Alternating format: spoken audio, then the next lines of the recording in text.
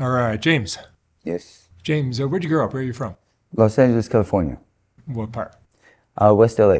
Hmm. All the way from Echo Park all the way down to Adams and Normandy. And tell me about your family growing up. You had both your parents? I have both of my biological father, he walked out when I was young. My mom, she was a bartender, did best she could, and raised three boys, two girls, including myself. So five of us rough with one mom. Yeah. How would you describe your childhood? Chaotic. It was because there was really no male structure in the house for anybody to feed off of. So we fed off of our elderly brothers, and they guided us the best they could. You finished high school? Now I did. I barely finished it at the age of 35. I was able to graduate, and that was only because I was in prison. So you dropped out of conventional school at what age? I was about 9 years old when I was actually kicked out of Belmont High School. And prior to that, No, hold on, 9 years in high school? yeah, yeah. How were you in high school at 9 years old? No. It was 9 years of doing it because I kept screwing up continuation, and You kept going back to high school over and over again for 9 years? for 9 years. Just I would do a month here, a couple of days here, a couple of days there, and my mom, she tried to do the best she could, but she can't teach a boy how to be a man. Wow. And what kind of stuff did you get into that put you in prison? Well, because I always clung on to older people in the neighborhood I lived in. There was a bunch of older guys, so they, of course, took me under the wing and gave me what we call klesha, and basically taught me what they knew how to be a man and surviving the streets. And I ran with it because that's all I knew. So you joined a gang? Yeah, I was 12 years old when I joined a gang. This is a Mexican gang? Yes, sir. Mm-hmm. What kind of stuff were you into with the gang? From everything from robberies to car thefts to purse snatchings, just anything that can make a quick buck, selling drugs, and that was at an early age, 12, 13 years old. How much prison time have you done in your life? About 32, 33 years. And how old are you? Right now I'm 51. More than half your life. Yes. I went in when I was 13, got sentenced to juvenile life, got out when I was 25, and you would think one would gain some insight from that, but you're young, dumb, full of cum, as we call it, and it just didn't work. What got you juvenile life? Murder and a vehicular manslaughter as well. There was three gentlemen that shot me when I was 12 years old, and of course, being a young kid, you want redemption. So I tracked them down. You mean revenge? And to get my revenge. And that's not redemption, that's revenge. Right. And it's funny because the way it worked out was after the guy shot me and I got my get back on him, the one that survived ended up getting on the stand and pointing at me. And I'm thinking to myself, dude, like, what part of the game is that? You shot me first. Like, I don't understand it, But I guess nowadays they look at it like getting off first, It's a crazy world. Just because people have tattoos and they've been to prison does not make them tough guys. Lames with paint jobs. That's what I call them. And, people are just really misunderstanding what gangs consist of, because gangs are not, it's a brotherhood. It's not, a bunch of thugs. It's more of a brotherhood. It's a replacement for the family in a lot of cases. It is, because that's all we grew up with. As young boys, we grew up knowing each other, and if we're fed a certain dish, that's all we're gonna eat. And we weren't fed steak and lobster, we were fed hot dogs and beans. Did you have any male role models as a kid? I did. Actually, I looked up to my older brother, and I started mimicking him. And then my mother married my stepfather, which loved that man to death. There's nothing I wouldn't do for him. And he is the guy. I got love for him because he taught me how to be a man, And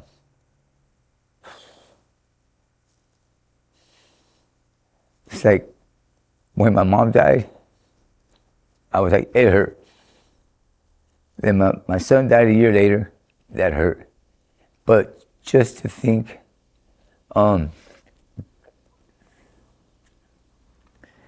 just the thought of him dying for me is like, it's like I can't even fathom it. Because Take your time. yeah, It's nice to hear that stepdad can do I that. mean, you don't have to be a father to a boy or somebody to teach him. You know what I'm saying? And this man, from the age of 2, he raised me, and he taught me how to be a man. I chose to go against it, but I always told him, I said, Dad, whatever you do, be careful what you ask me, because I'm not gonna lie to you. I have that much respect for you. And you know, so he knows that more or less what I do, because he's not blind, but you know, he never asked me. And it sucks, because you would think my sisters and brothers would actually care enough about the man to respect him and not put him through heartache. Nah, I think I'm the only one out of 5 of us that actually has respect for the man, like unfounded respect. You know, and I'm glad to say, you know, he's still kicking. He's 87 years old. Love the guy. Yeah. Sorry about that, man. No, it's nice to hear. Yeah. It's great to hear. Since you've been out, what have you? Do you have kids? I do. I have 2 twin boys that are 28 years old. My second son, which passed away in '96, he drowned. I was in prison for that. I was in prison for when my mother died in '95, and you know, my son Alex and my mom Linda. You know, like they say, you don't realize what you have until you lose it. But you know, I try to always keep them near, because without them, like 4th of July is supposed to be a day of independence, a day of celebration. Not for me. That's the day that my son died, you know. I embrace death, but it's not even like when it's somebody that's innocent, it kind of strikes you, you know. It's rough. It's rough. What was your favorite memory as a child?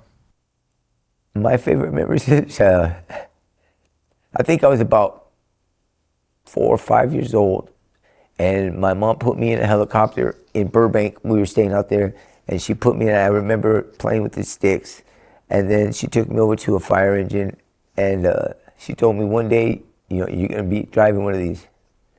Yeah, I remember that real well.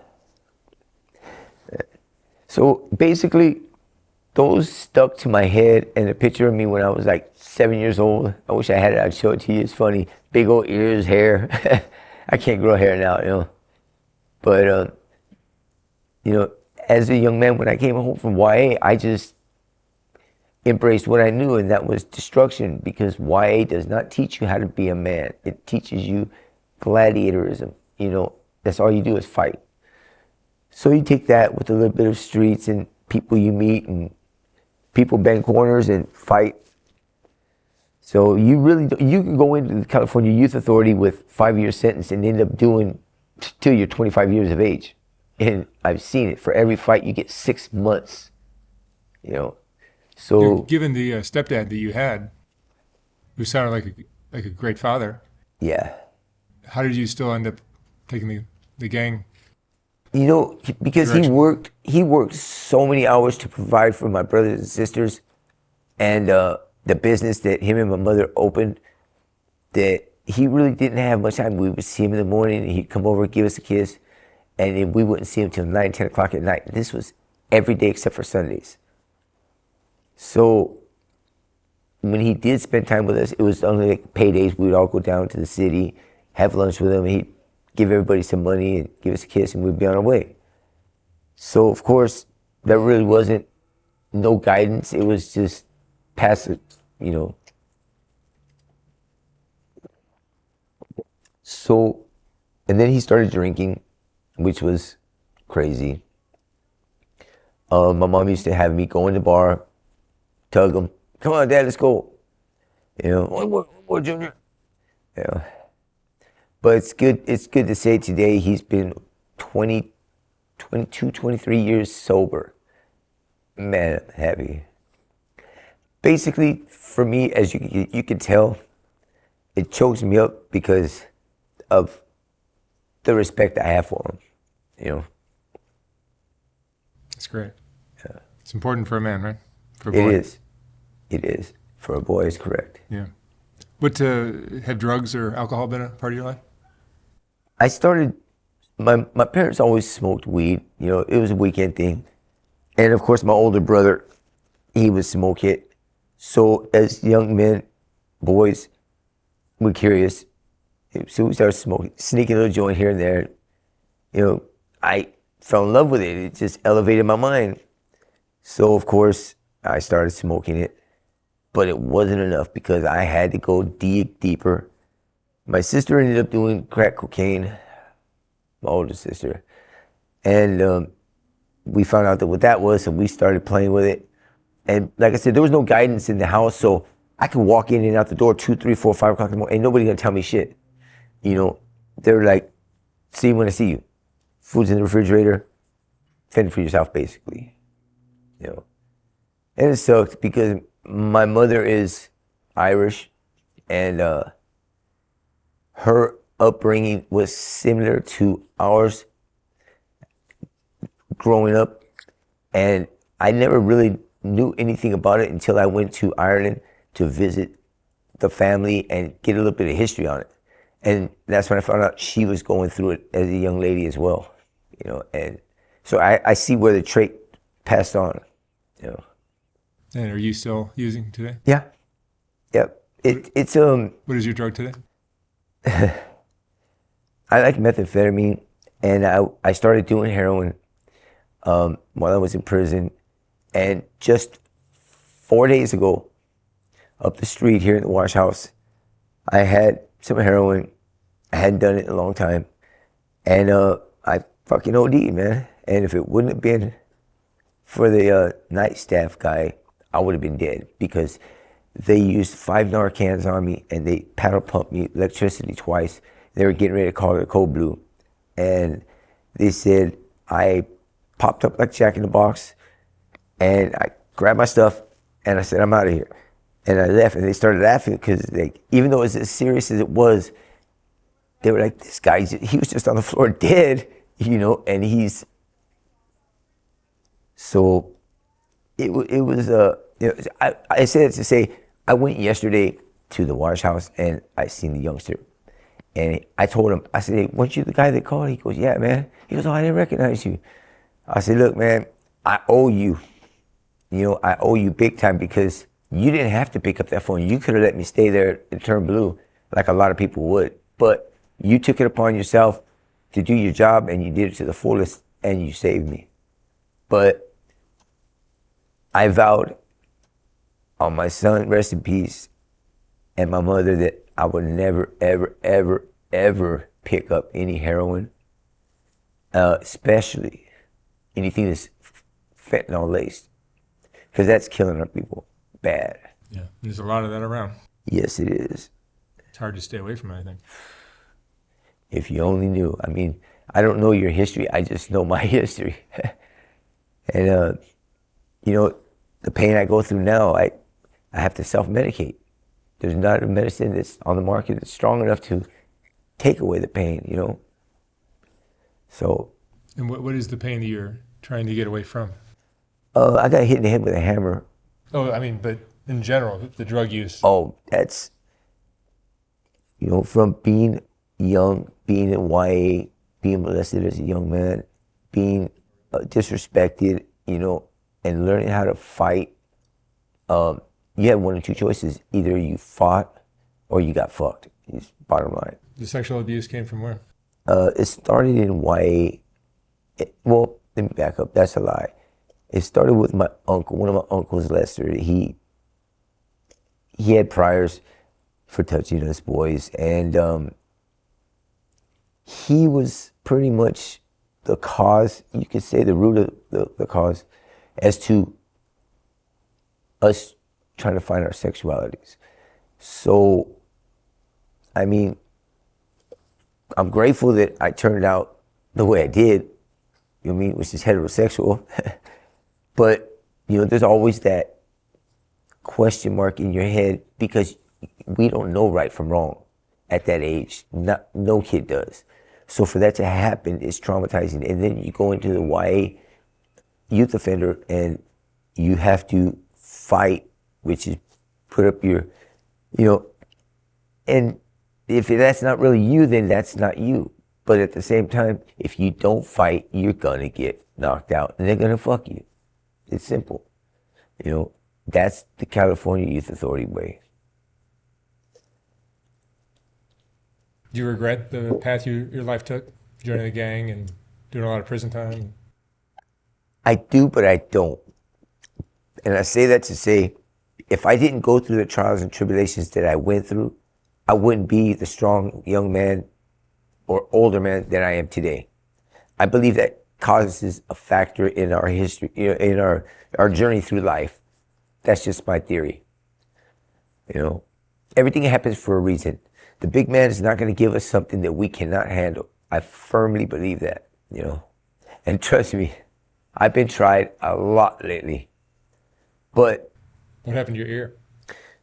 I was going to visit a certain individual up the street, and I was going to pick up some dope for a friend of mine. And as I walked up to the apartment complex, I noticed my friend's neighbor who would get high and wig out. He had a hammer in his hand, and he's over this young lady, or older chick, in a wheelchair. And I'm like, what the hell is this dude doing? So I'm being the type of person I am. I try to intervene, but I do it in a passive way. The dude was like, he wasn't here. He turns around and looks at me and he goes, "And you motherfucker." I'm like, whoa, hold up, dude. What are you talking about? He made an accusation that me and my friend took my friend's ID, stuck it in his TV, and when he turned it on, it blew it up. I was like, okay, I wasn't here, but whatever. So one thing led to another, and he keeps shaking the hammer, and I'm like, I'm real defensive. I ducked the first couple. He got me with one. He hit me with the claw on the side, and it didn't hurt so much, but it bled like a sieve. And of course, I'm not no damn fool, so I beat feet up out of there. Talk to you another time, you know what I mean? And I took off. I've also learned to pick your battles wisely. You know what I mean? Fighting to live another day, there's nothing wrong with that. You know what I mean? Sometimes you gotta walk away, sometimes you gotta run, sometimes you gotta, just go full throttle, but each situation is unique. What do you wish you had done differently in your life? Being a father to my boys, instead of having them watch me grow up in the system and just teaching them right from wrong. And I can honestly sit here and say, like I told my boys when I came home, they were like 12, 13. I said, look, guys, do me a favor. Don't do what I did, please. You see the stuff I go through. Parole officers coming and hitting the house, disrespecting the family. Just don't do as I did. Do as I asked. And that's be a man, a real man, and take care of your responsibilities. Because one day you're going to have to provide for your kids, And even though I self-medicate, man, it's like, as you can hear, it just, certain keys just stay, I've yet to see my twins yet, and I've been home a year now. But I do go and I watch them from a distance, I do my homework, and I'm grateful to say that they're good guys, man. They work. I got some grandbabies on the way, but I can't provide for them till I can provide for myself, you know.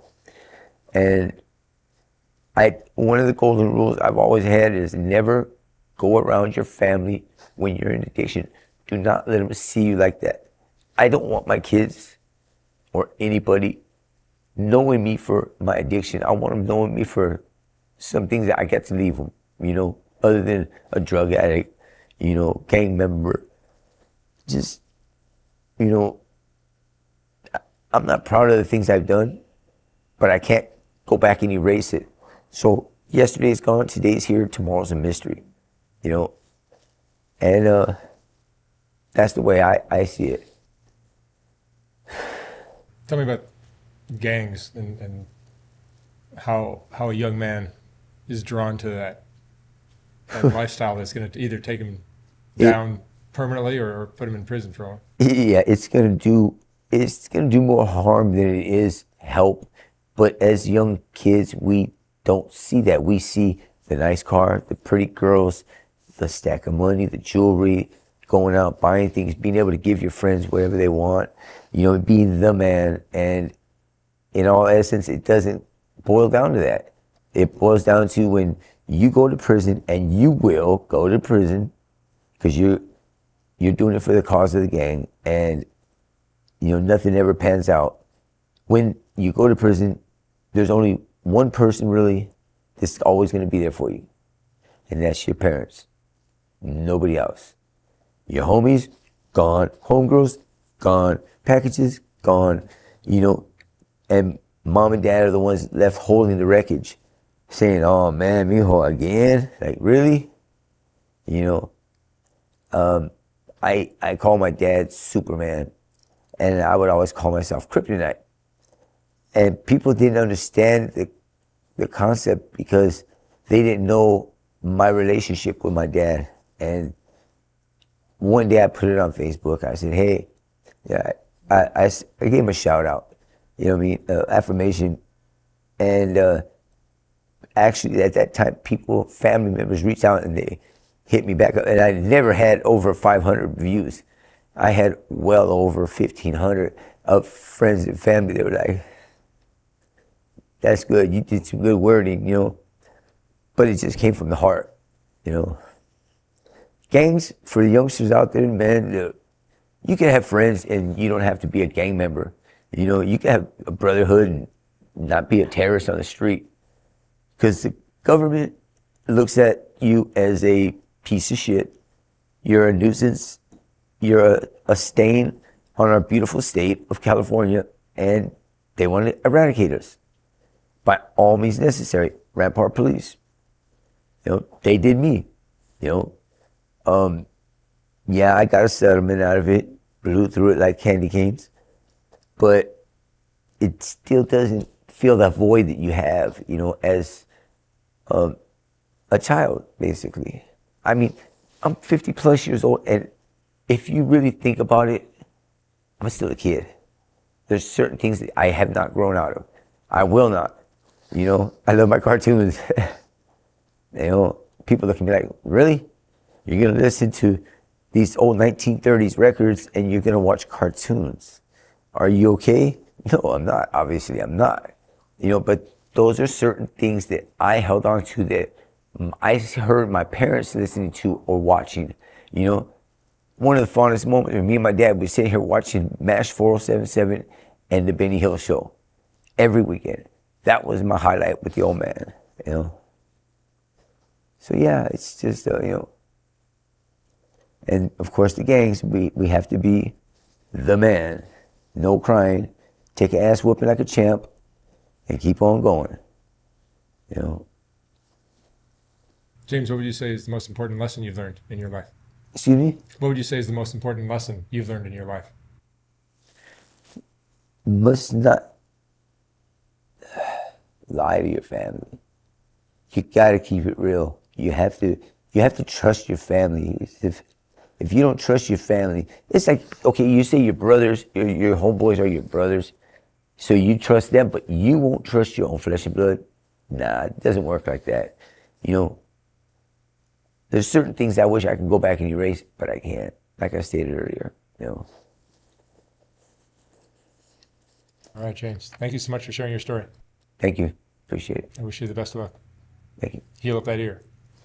Yeah, it's gonna be next year. It's gonna be even better.